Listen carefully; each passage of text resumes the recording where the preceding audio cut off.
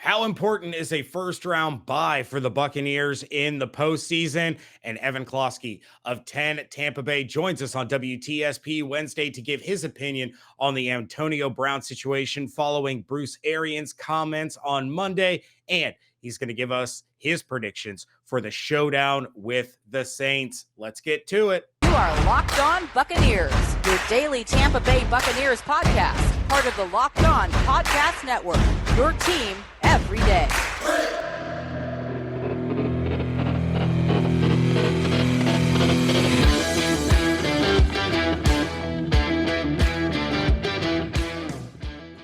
What's up, and welcome to the Locked On Bucs podcast. And thank you for making Locked On Bucs your first listen or first watch every day. Remember, Locked On Bucs is free and available on all platforms, including YouTube, thanks to friends of ours like Stance. This episode is sponsored by Stance Apparel. Stance believes that the perfect fit matters more than fitting in. Enjoy the color and comfort of a life less ordinary with Stance. I am James Yarko, joined as I always am by Evan Closky on Wednesdays, WTSP Wednesdays.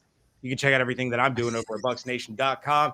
Make sure you follow along on Twitter at LockedOnBucs, at JYarko_Bucs, at eCloskyWTSP, and at Bucs_Nation. Evan, how you doing, buddy? Doing well. You know, Wednesdays we work with alliteration, right? WTSP Wednesday. We work, the letter W is very important. And for me, the number one letter is wrong. Right? Your boy was wrong. He built the story arc and the story arc got blown up. It almost turned out. In his favor. But me and on our Blitz show, Simeon Rice also picked the Bills. We were both wrong. So, well, it's always good to be wrong about picking against the Bucs and being wrong with picking for the Bucs. So that's right. Many Bucs fans are glad that you were wrong. Mm-hmm. And I promise not to ridicule you for that, like I did a game a few weeks ago. I'd rather you ridicule me for this and being wrong prognosticating versus the crap you gave me for Ohio State. But that's over and done with. And honestly, that's neither here nor there. I think I've been wrong on my David predictions more often than you have, because you did pick them to lose to the Rams. Mm-hmm. I have not picked against them all year.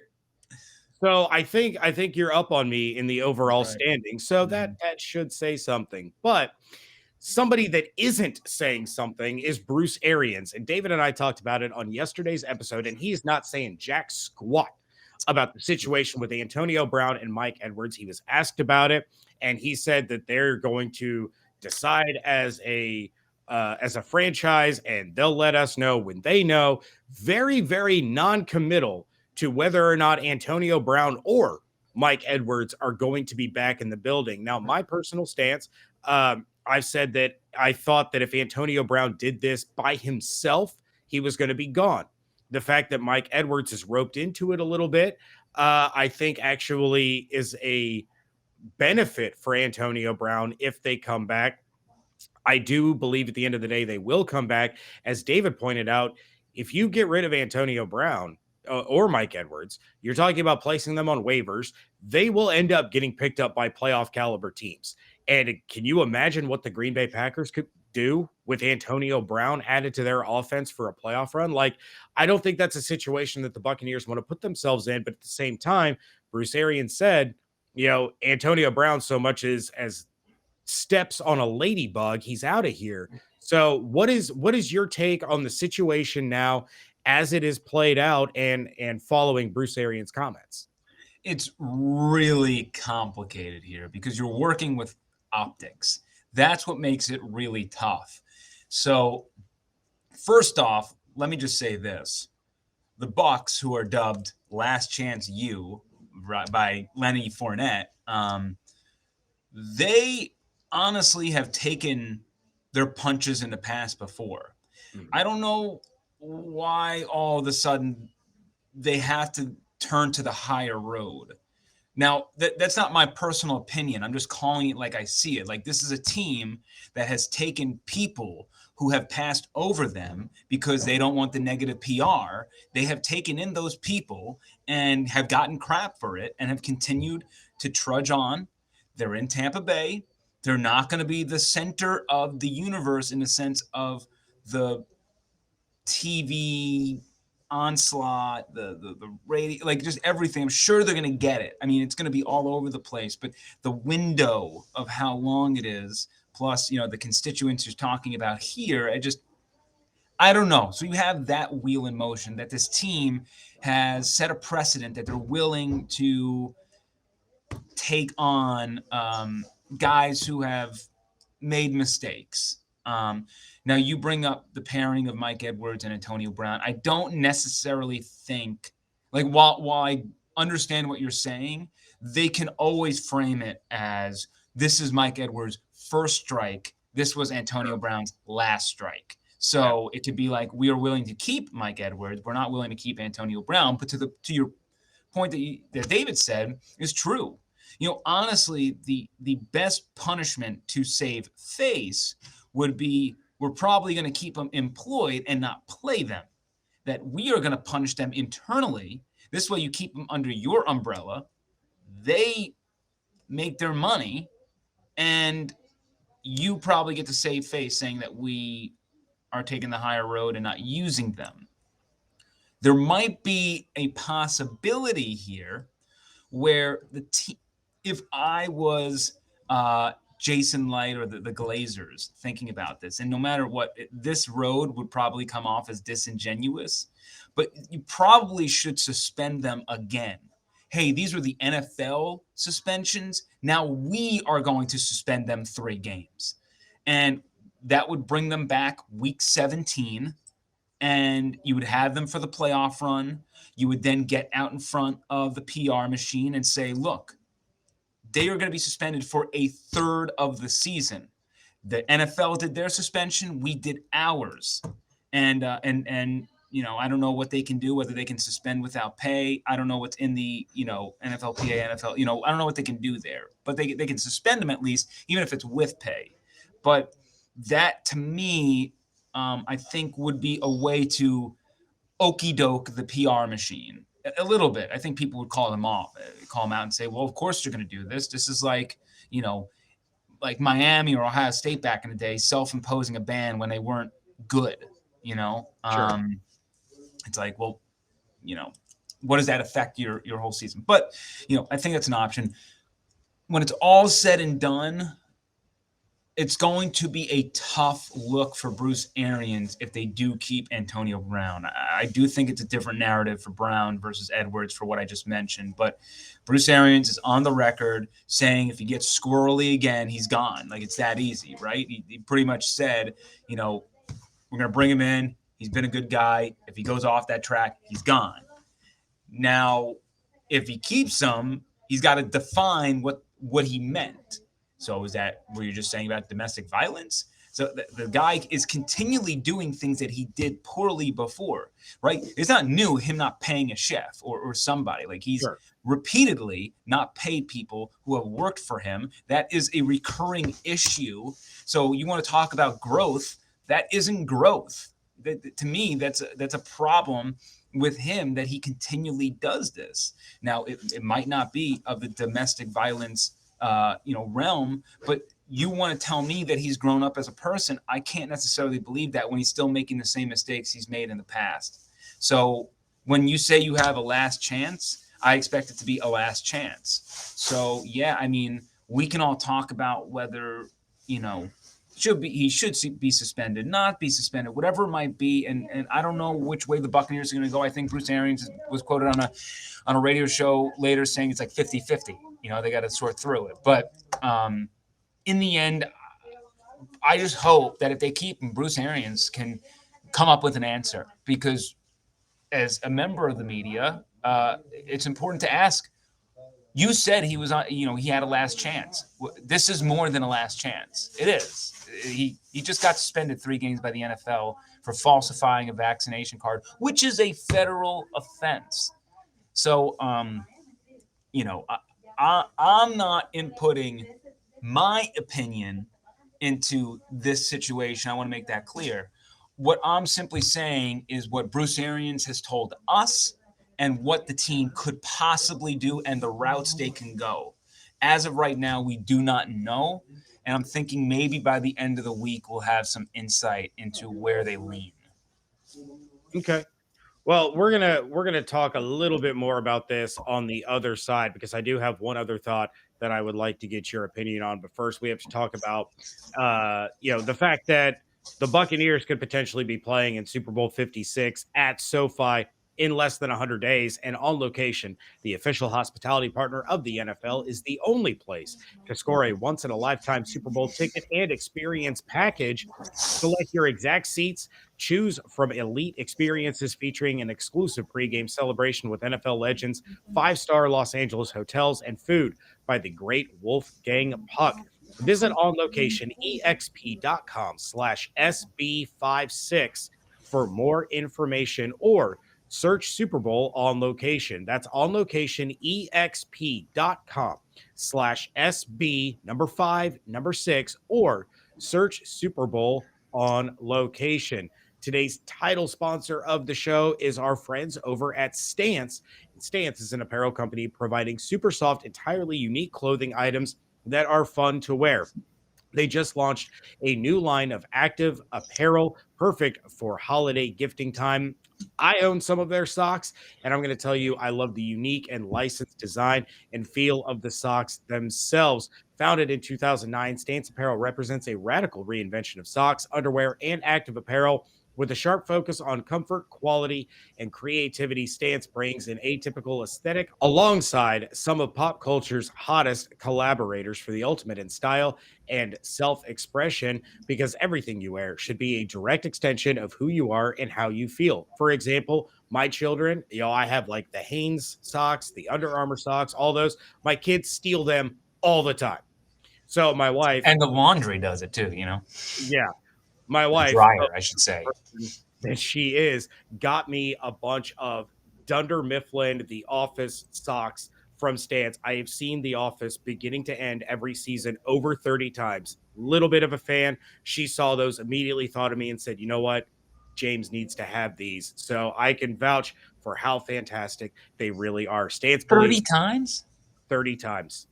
Every beginning, episode 1 to series finale, 30 times.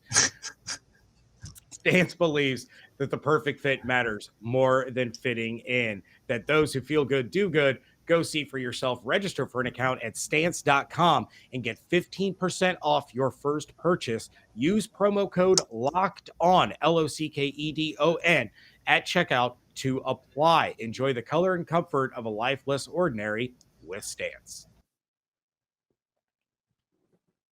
Segment 2 here of the Locked On Bucs podcast, and we thank you for making Locked On Bucs your first listen or first watch every day. Wrapping up the Antonio Brown situation here, something that I kind of thought about, and maybe it doesn't play any significance whatsoever, but there's always that but. One thing that I will say, as far as Bruce Arians trying to, I guess, save face when he had talked about this is his last chance. He did say that when they brought Antonio Brown in last year, so maybe he finds a little bit of a loophole and says, well, he behaved himself, so we gave him another contract. I didn't say he was going to get booted off of this one. But do you think that there might be any bearing for the Bucs, again, to save face, for Bruce Arians to save face and justify not getting rid of Antonio Brown with the fact that there have been 75 positive COVID tests in the NFL in the last 2 days? I don't think that has anything to do with it. Mostly because, I mean, it's not about the COVID. It's about falsifying the vaccination card. Absolutely. So it, in the end, and by all accounts, he is vaccinated now. And by the way, Antonio Brown has already spent his time on the COVID list. So he's already, he should be good. We don't expect him to be back on the COVID list since he's already done it earlier this season. But, I don't think they have it out there. And I don't think, I think it'd be semantics to use out of like, hey, you got out of that contract and now, we reset the clock. I think he should be called out on that. I mean, I don't know. It just, if it was a black and white world, I would just say you probably just cut him and move on.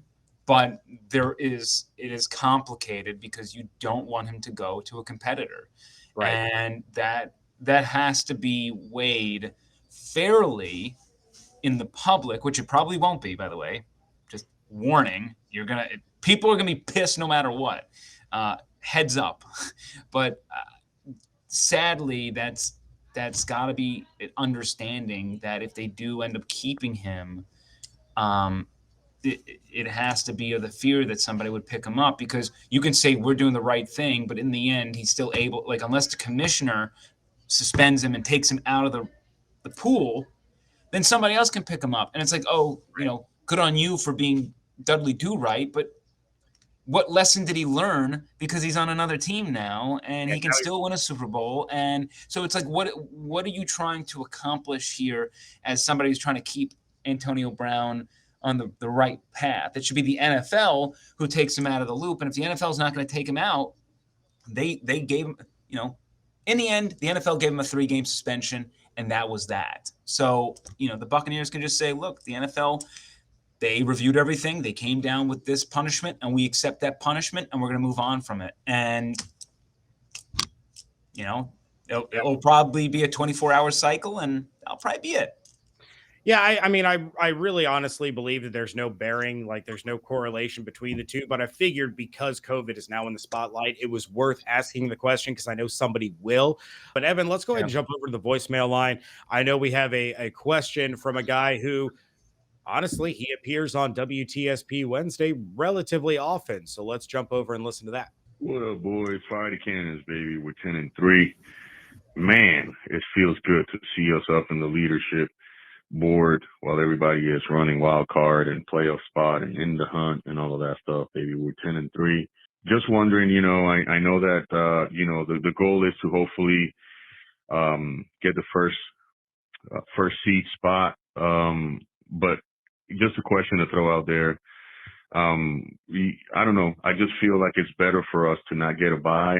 I don't know if coming out of a bye and such intense part of the season where the playoffs is, it's going to be beneficial for us to kind of shut the engine down in the sense of not having consecutive games to just kind of R&R for that bye week and then get more practice. To be honest with you, the last bye we had and we came out, it was kind of scary. I mean, even though we had, I guess coach was calling it the best week of practice, we came out and didn't look too good. I don't know how you guys feel about that. Do we want to really get a first bye week, the first week as a bye and not play? Or I feel like it's just better now that the team is kind of finally finding its groove. I think it might be tougher for us to kind of have a bye. I know a lot of guys can use the rest. Just wanting your thoughts about that. But we're 11-3 coming up, baby. We're definitely making the playoffs. Just beautiful. I've never been this excited before in my life. Fire the cannons, baby. God bless, boys. All right, Manny, thank you so much for the call. Appreciate it. So according to FPI, the Buccaneers are now the favorite to end up the 1 seed in the NFC. They have a 41.8% chance. Green Bay sitting at 38.2%. The Cardinals have dropped all the way to 13.5% because of their loss to the Rams on Monday night. So basically what this is saying is the Packers have more possible losses left in their remaining 4 games than the Buccaneers do. But Evan, I think a first-round bye would be huge for this team. I realize they're on an absolute heater. They have a chance to finish the regular season on an 8-game win streak, which is, they finished with an 8-game win streak in 2020, but that 8th game was the Super Bowl. So as injured as they've been, as beaten up as they've been, getting that week of rest and letting some of these other teams beat the snot out of each other. Let the Cowboys and Rams beat each other up. Let the Vikings and Packers beat each other up. Let these teams go at it. You rest, you get healthy, then you're staying at home for the divisional round. You're staying at home for the conference championship. I think it's really, really important. Yeah. My analogy, I would say, is like, when Manny, who, by the way, thank you so much for calling, brings up like do you really want to stop the heater or like take the week off or whatever? If I offered you a PTO day on a Wednesday in the middle of your work week, are you going to say no? I want to keep the train rolling of my work week. I'm in a groove. I did Monday, Tuesday. No, you're going to take the dang PTO day. Thanks for the PTO day. I'm taking my day off. I'll see you Thursday. Thank you. Deuce. He brings up we came off the bye this year in bad shape. Well, last year you came off the bye and could not have been any better. So you can, be a victim of the moment and think about this year, but literally last year you won a Super Bowl off of a bye. So I don't think there's any weight you can put on this year without putting the same amount of weight on last year if we're using the same sample size, because it's pretty much the same team.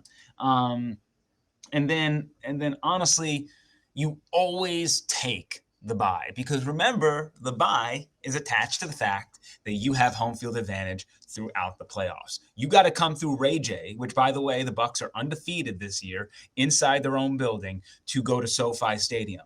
So to me, you're the 1 seed, you get a bye, you let, as you said, everybody beat up on each other. You then get to avoid the Packers Cardinals, or what I believe, Packers Rams. I still think the Rams are one of the best teams in the NFC. I think you avoid the Packers Rams in that little game. One of those teams is going to be out of the playoffs before you got to see them. And then you worry about the Cardinals or Cowboys crossing into your path, where, the Cowboys you already beat. It was a tough game, but I think, I don't know. I don't think they've gotten better throughout the season. And the Cardinals, who, as we saw on Sunday Night Football, on Monday Night Football, they had a big-time stage, and they didn't quite nail it. Now, that was a game the Cardinals needed for their playoff run, their young team, and I think that Kyler Murray and the playoffs is going to be very fast for him. I'm very interested to see what Kyler and Cliff are able to do in the playoffs. It's a totally different ball game, a new experience for them. So, yes, you get the bye, you want the 1 seed, and they have the easiest schedule in the NFL. So if you cannot beat the Panthers twice, the Jets, and the Saints, that's a problem. You don't deserve the 1 seed. And I do believe that the Packers are going to have one more loss here, just because their schedule is inherently harder. So I believe the Bucs are going to be the 1 seed entering the playoffs, like we all pretty much thought entering the season. Despite the slew of injuries, it's remarkable.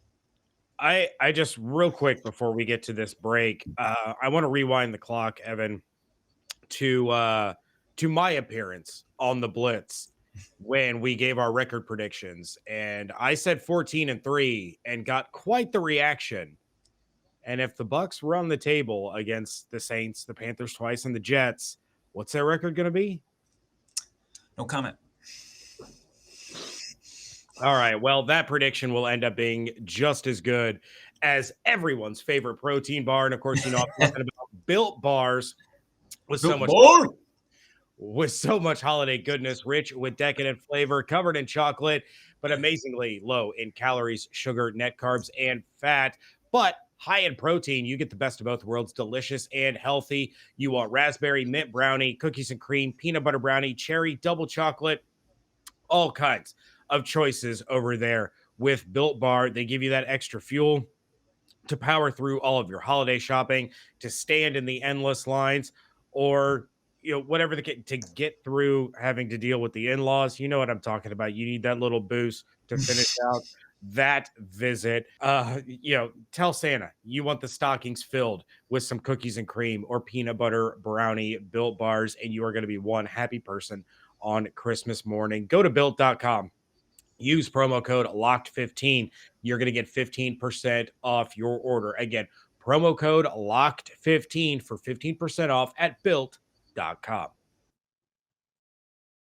Wrapping things up here on a WTSP Wednesday edition of the Locked On Bucs podcast. James Yarko, Evan Closky coming at you live from 10 Tampa Bay, as he always does. Find us on Twitter at JYarko_Bucs, at eClosky, WTSP, and it's everybody's favorite segment on a Wednesday, and it is Evan Closky's predictions that people will ridicule mercilessly in the comment section. In fact, Evan will even post on 10 Tampa Bay what does Evan know anyway in the byline underneath his name when talking about his score predictions, which I thought was a beautiful touch. It made me laugh pretty hard. But go ahead and dive into the Sunday Night Showdown against the New Orleans Saints. Diet Tebow. He's got Alvin Kamara back, but he still has no receivers. Shout out Troutman from the University of Dayton, representing well. Go But Flyers! That's right, always. Oh, we topping you, baby. Let's go. Oh, love Obi. Love Obi. Let's start off with your predicted player of the game. Who is going to be the key player for the Buccaneers in this one? Man, I don't know who the defensive player is going to be. This is going to be married into my bold prediction, but if I got to make one, I'm going to go with Antoine Winfield Jr. All right, let me set this up in a different way. All right, my bold prediction is the Saints are held to less than 7 points. Whoa. The Buccaneers are facing generic brand Josh Allen. Like they just came off a game where they had a power running quarterback. I mean, this guy was going right up the gut. Bruce Arians said that this was Cam Newton in his prime, the stuff that he was doing. Now you're facing Taysom Hill, a guy who cannot do what Josh Allen does. He can try the running stuff, the power runs, but you just got practice on that because you just played somebody like that. And Hill is not as much of a threat with the arm, nor does he have even the options to threaten you around him.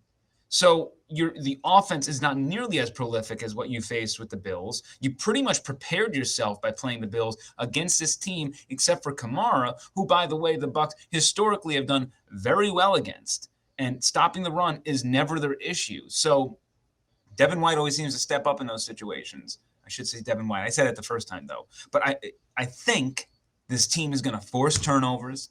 I think we are going to see a defensive touchdown in this contest. And I believe, as I've said in my story arc, even though it got all messed up last week, it was close. Got all messed up last week. I was wrong.